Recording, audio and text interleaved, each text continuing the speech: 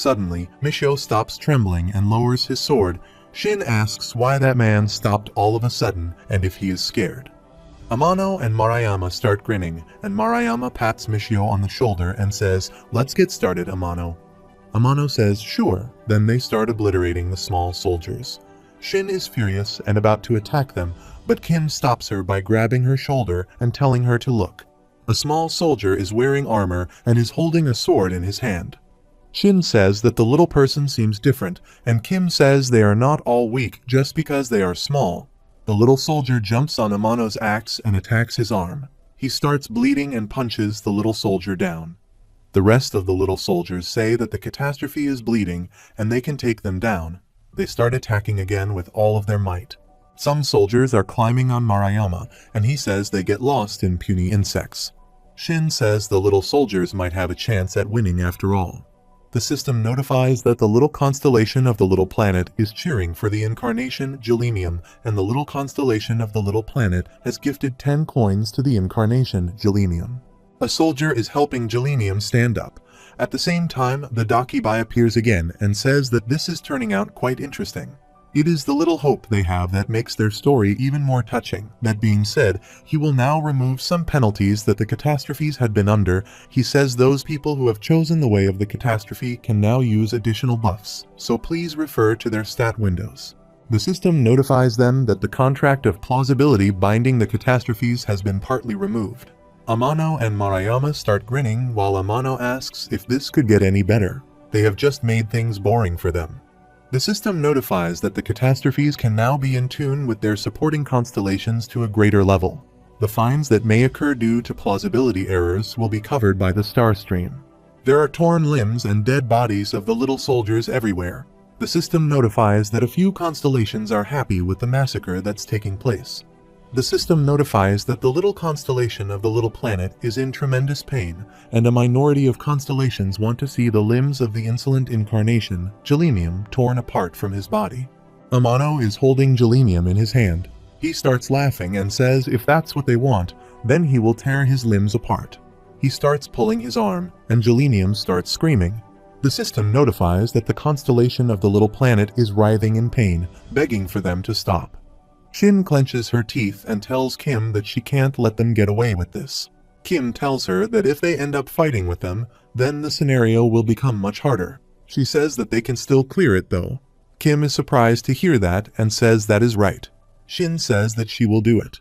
The system notifies that the penalties lifted from the catastrophes have now returned.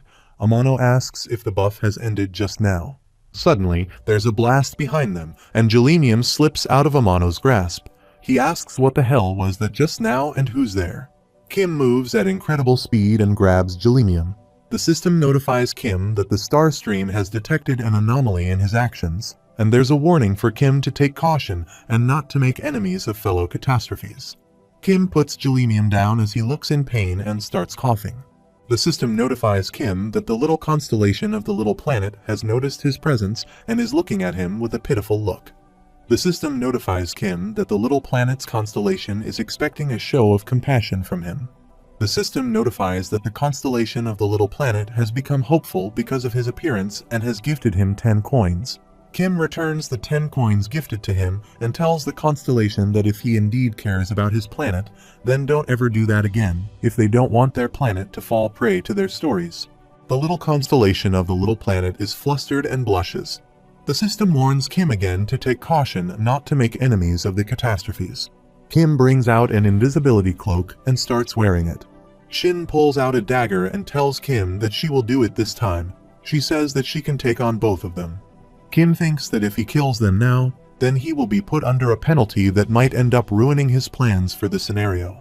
Kim thinks that he has a lot of things to do in a peaceful land. He needs to clear the scenario and also hunt down the serpent, as Persephone requested. Kim thinks that if Shin can deal with the two of them, and if he can just delay the penalty, then the chances of their survival will increase drastically. Kim tells her not to drag this on for too long and to be as quick as she can.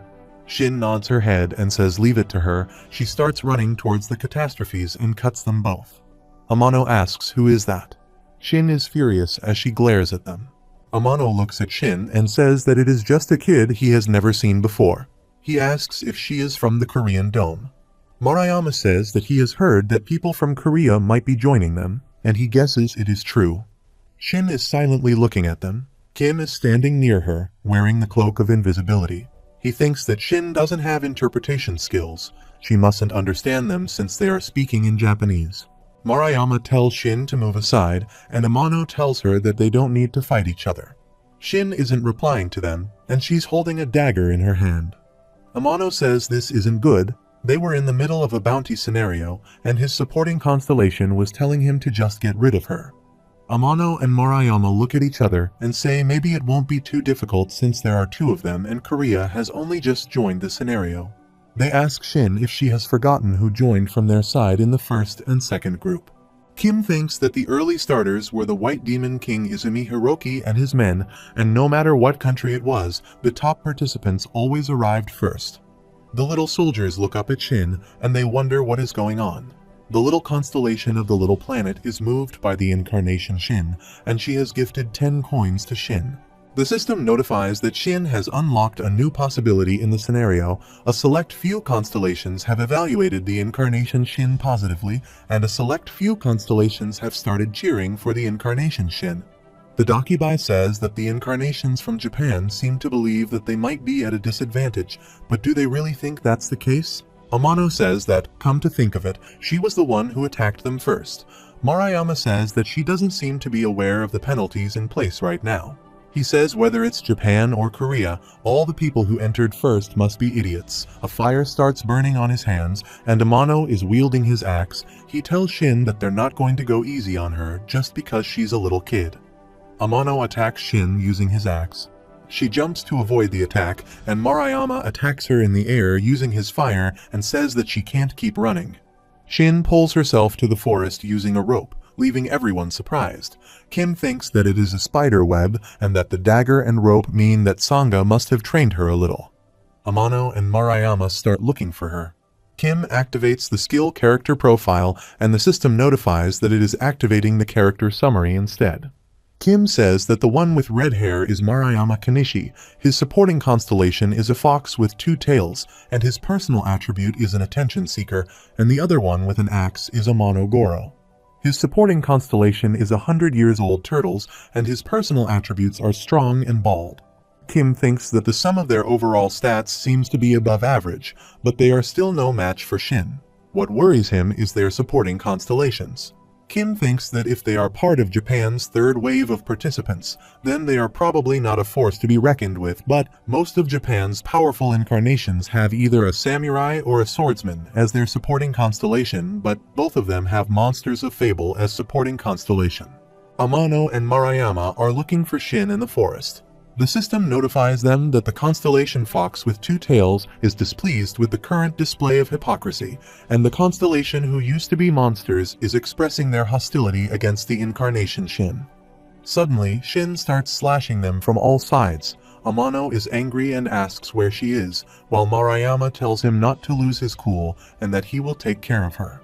He grabs a web and sets it on fire. Shin is trapped in a circle of fire, and Amano moves towards her to kill her. But at the same time, wolves appear from behind and pounce upon him. The system notifies that the incarnation Shin has activated the skill Advanced Interspecies Communications Level 3. Marayama is shocked to see that she's a tamer.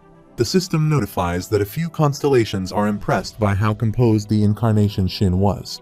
Kim is also surprised and thinks that he didn't see this coming at all. She sure is a beast lord in the making. Kim thinks that she managed to tame all those wolves in that short amount of time. Suddenly, Shin feels some stage lightning. The system notifies that the star stream detected an irregularity in the actions of the incarnation Shin, and the star stream has sensed hostility being aimed at a fellow catastrophe. The wolves stop eating Amano and start leaving. Marayama starts laughing and says he knew this would happen. The system notifies that incarnation Shin will now be under a level 1 scenario penalty, and Kim thinks that she dragged this out for too long.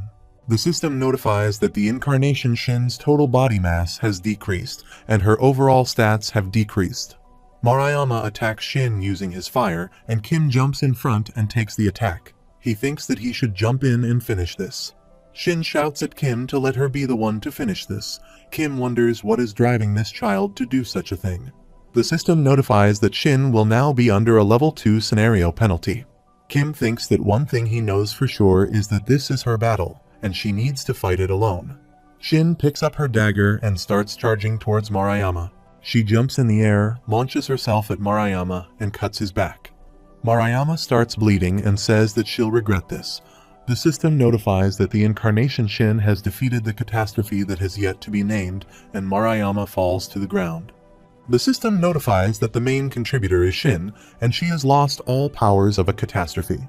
The Dakibai of the Starstream has deemed Shin's actions as a hostile action against the scenario, and that Incarnation Shin has received a level 3 scenario penalty. Shin panted while sitting on the ground, and the system noted that Shin had begun to grow smaller. Kim takes off the invisibility cloak and starts walking towards Shin. She is trying to wriggle her way out from under her clothes. After some time, Kim is carrying Shin in his hand. She asks how many of those people are remaining, and Kim says quite a lot. Shin asks Kim if he knows what will happen. Kim nods his head in approval. Kim starts walking towards Michio. He is unconscious and lying on the ground. Shin asks Kim if he is going to kill him too. Kim says no, they have a use for him. Kim thinks that he is the only one who tried to protect the small men. If he is correct, then he needs him for the plan he has for the scenario. The system notifies Kim that he should take caution not to make enemies of fellow catastrophes, because a catastrophe that has opposed another catastrophe will end up losing all the powers that come from being a catastrophe. Kim looks up and sees that the Dakibai is laughing in the air. The system notifies that the Starstream has deemed that he did not take enough action in his role as a catastrophe. The system warns Kim that if he does not murder a member of the ruling species of Peaceland within the next hour, his status as a catastrophe will be forfeited on the basis that he has no intention of acting as a catastrophe. Kim thinks that he now has 1 hour left. He must hunt down the king of the catastrophe within this hour. After some time, Michio wakes up and thinks that he is very lucky. He looks at Kim and thinks that Korea is a scary place. Michio remembered that Marayama and Amano were defeated in an instant. She was very strong even though she was just a kid, and he saw everything while pretending to be asleep. Michio thinks that if a kid like her is that strong, then he wonders how strong Kim is going to be. Kim activates level 2 of the Omniscient Reader's viewpoint. Michio thanks Kim for helping him and says if it wasn't for him, then he would have died at the hands of some beast. Kim says that it is nothing. Michio says that he didn't expect a Korean to help him of all people. Kim tells him that they should all look out for each other. Michio thinks that he is so humble, and above all else, he likes that Kim speaks fluent Japanese. He knows that it is just a translation skill, but seeing that he has the skill to translate Japanese, it must mean that he thinks positively of them. Michio says that he forgot to introduce himself and tells Kim that he is Michio Shoji. Kim also tells him his name. Michio asks Kim if he has seen that child who killed Marayama and Amano. Kim tells him that, unfortunately, he was the only one alive when he got there. Kim says that he must be devastated to find out that his allies died. Michio is angry and says no. Michio thinks that they deserve to die, but as for him, he can't even stand up to them. Kim is looking at him as the system notifies that the Constellation Fox with 2 tails fails to hide the anger they are feeling, and the Constellation Turtle glares at the being that killed its incarnation. Kim says that he guessed the people of Japan have contracts mostly with monsters of fable. Michio says not really, they only increased in number recently, and none of this would have happened if Izumi was still here. Michio thinks that just a while ago, monsters of fable-type constellations didn't have much influence over them when Izumi was still in Tokyo. Kim is surprised to hear that and asks who Izumi is. Michio replies that Izumi claimed the absolute throne in Tokyo, and he is Japan's most powerful incarnation who entered into a contract with a powerful supporting constellation, and Izumi was also the one who led them when their first group entered the scenario. Kim asks if something happened to him. Michio says that since he is the one who saved him, he must have seen that child grow smaller. Kim says of course he saw her grow small all of a sudden. Michio says that the Japanese groups that entered the scenario later already knew of that penalty. Kim says that means some men in the first group must have sided with the small men already. Michio says yes. Kim asks if Izumi is one of them, and he replies that he does not know because they stopped getting dimensional carrier pigeons a week ago. and the last carrier pigeon had this message for them. It said that they couldn't kill small men, kill the small men. Kim says that 2 messages tell them to do the opposite. He asks why they received 2 different messages, and Michio says that he doesn't know. He came here hoping to find that out himself. Michio tells him that he intends to go to the place where their last carrier pigeon was sent out. He might be able to learn something. Michio suddenly realizes that no matter how well-intended Kim looks, maybe he shouldn't have told a Korean participant too much. He could actually be a Korean villain that he doesn't know of. Michio asks Kim if he thinks that they should kill the small men for the sake of their own survival. Kim replies that if they resort to something like that, then they would be no different from the catastrophes that attacked the Earth. Michio is surprised to hear that and thinks that his eyes are as deep as Izumi's. Shin calls Kim, he gets startled, and the system notifies Kim that level 2 of the Omniscient Reader's viewpoint has ended. The system notifies Kim that his understanding of the character Michio has increased drastically. Kim replies to Shin and says that he is sorry, he was practicing his skill. Kim thinks that he is so focused on using his skill that he forgets about Shin for a moment. Shin hides inside his pocket and messages Kim that she is a little surprised. To be honest, she doesn't understand how someone as average as Michio has survived all this time. Kim is listening to Michio as he is rambling on about his past. Kim thinks that he sees why she would think that in TWSA, Michio only plays a passing role. A very average person whose life can be summarized in just a few pages. Kim replies to Shin that she has seen how regular people killed others to survive. She says that was because the scenario forced them to. Kim asks her if she could say the same thing for the small men who were murdered earlier. He tells Shin that no one who has survived this long is ever average because this average-looking young man could become a catastrophe for some. Shin looks sad while sitting in the pocket.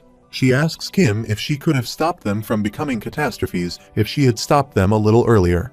Kim replies no, it wouldn't have made a difference either way because a man can be a catastrophe to one another. She asks if that is why she will become a catastrophe in the future. Kim replies that he will make sure that doesn't happen. A fly is buzzing around Kim. Michio says that insects seem to remain the same size here. They must feel like catastrophes to small people. Kim thinks that there's no way insects are the same size in a world where everything else is smaller. He asks Shin if she can understand what they're saying. Shin activates the Advanced Interspecies Communications Level 3. She listens carefully and says that they seem to be saying to Kim that they have rendezvoused with the second group. Kim replies that it is good and tells Shin to send him a message as well. Michio looks at Kim and asks if he is listening. Kim says that he is and asks if he wasn't talking about the isekai genre. Michio is excited to hear that Kim thinks that he can't believe he is talking about anime at a time like this. This goes to further prove that everyone who has survived this long is far from ordinary. Kim tells him that he is aware that it is a very popular genre in Japan and that he has seen a few works like it. Michio says that he has seen his share of anime and isekai is his favorite genre, the ones where the protagonist ends up in another world with information about that world readily available to them. Kim says that maybe the world they are in is already an isekai for some of them, and someone out there might be this world's protagonist. Michio says that this is an interesting theory. He knew someone who had said the same thing as he had just done. Kim says they must have been a fan of anime. Michio says a comic book artist, to be exact, was the first to enter the scenario from Tokyo, and her name is Asuka Ren. Kim is surprised to hear that this world could also be part of a comic someone drew. Kim asks Michio if he can tell him where she's right. Michio looks at something and tells Kim that he thinks they have found it. There's a sign carved in a tree. Michio says that this is the sign that participants from the first batch have left behind. He says it should be nearby. He is certain that Izumi's group was near this area. They start looking for any signs nearby. They step into the circle drawn on the ground, and the system notifies them that they have entered the demon's formation, and their overall stats have decreased due to the effects of the demon's formation. Kim thinks that demon formation is a stigma that is unique to Japanese constellations. It is the skill that helped White Demon King Izumi Hiroki become one of the top 100 people in TWSA. Michio starts calling for Izumi and asks if he can hear him. Kim thinks no. If it was Izumi who cast this demon's formation, then it would be much harder to remain standing right now. Only a select few Japanese incarnations other than Izumi can cast demon's formation. Kim thinks that there's no doubt about it that the serpent incarnate is nearby. Suddenly, some people wearing masks arrive there, and one of them tells Michio that he has brought a Korean. Michio tells them to wait. He isn't their enemy because he actually saved him. The man wearing a mask says that he must have come here with their third group and asks Michio whose team he is on. Michio says that he is with Izumi, and everyone starts laughing. The man wearing a mask tells him that such a team doesn't exist anymore. Michio asks if Izumi has been killed. One of them starts checking his stats and says that his name is Michio Shoji, his overall stats are below average, and he has no supporting constellation. He tells the man wearing a mask that he is a nobody. The one in the mask says that he doesn't deserve to know what happened to Izumi. They will spare his life, so he should get lost. Kim steps in front and asks what about him. They start checking Kim's stats. The system notifies Kim that someone has used a battle counter on him, and the system notifies that the personal skill fourth wall has been activated. The battle counter starts beeping and is destroyed. The system notifies that the battle counter has ceased to function due to the fourth wall effect. Michio excitedly says that this is a scene he has only seen in comic books. Kim grabs his sword and asks where the serpent is. The man in the mask says that he doesn't know how much he knows about them, but now they can't let him leave. The man wearing the mask asks Kim who he is. Kim is about to answer, but the masked man tells him to wait and says that he is the rude idiot in the coat who uses swords that Dakibai warned him about. He tells Kim that he must be the leader of the Soul Dome, but looks a little different from what he heard. Kim is angry and thinks that they have mistaken him for you. The masked man tells everyone to surround Korea's Supreme King. Michio tells them that there's a misunderstanding and that he isn't the Supreme King. Kim taps him with his shoulder and tells him to be quiet. Kim warns them that they will grow smaller if they attack him. He replies that they won't attack him, but Kim will be the one to attack them.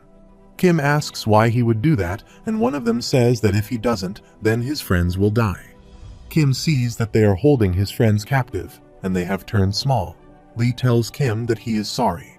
Shin asks Kim what they should do now. Kim starts grinning and says, just as expected, all of them have already turned smaller. The system warns Kim that if he doesn't hunt the small people within the next 16 minutes, the star stream will consider him to have no intention of acting as a catastrophe and his status as a catastrophe will be forfeited. Kim thinks that he has to come to a decision soon. He wonders if he should hunt the serpent here or give up. Kim looks at Michio, and the system notifies Kim that Michio is feeling guilty for the situation he is in, and he has made a life-altering decision. He has reached a state of evolution. Michio brings out his sword and says that he will take care of these men. Kim is surprised to see that. Michio says that he is an honorable man who will not let his savior fall into trouble. Kim tells him to wait, and Michio tells Kim that he should run away, and he will buy him some time. Michio starts running towards the masked men while crying. The system notifies that Michio has given up all the powers of being a catastrophe as he gets kicked in the stomach. Kim thinks that he bought him some time ago. He looks at Lee, and they both nod at each other. Kim asks the masked man why they are being hostile towards them. They may be from different countries, but this scenario isn't between Korea and Japan, but between the small people and the catastrophe.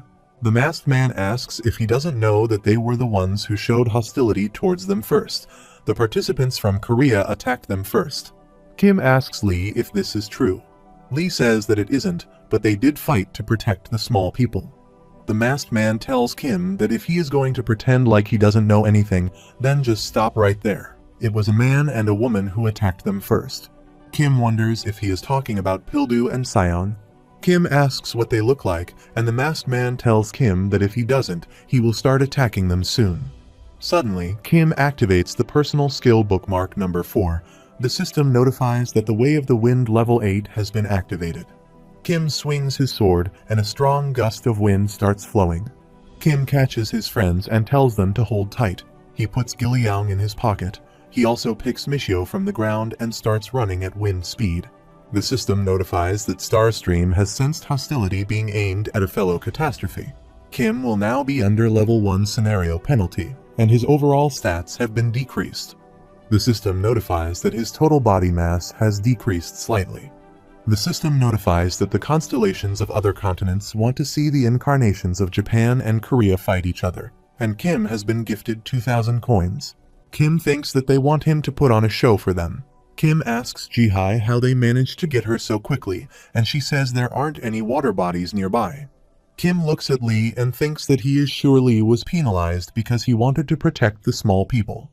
The masked men follow him, and one of them says that he is headed toward where their leader is. Kim thinks their boss is the leader. Kim remembers that the leader wasn't Japan's boys in the original third round, but it seems like this leader has taken control of Japan in place of Izumi, who is supposed to be Japan's king. Lee apologizes to Kim for being penalized too quickly. Kim tells him that he did well, and Lee asks if their leader is the serpent that he has been looking for. Kim says that it seems like it. Kim thinks that there were many cases where the leader's supporting constellation was a serpent during Yu's early rounds, so unless something drastic changes, the leader in this round will also be the serpent incarnate. The old lady asks Kim if she isn't too heavy for him to carry.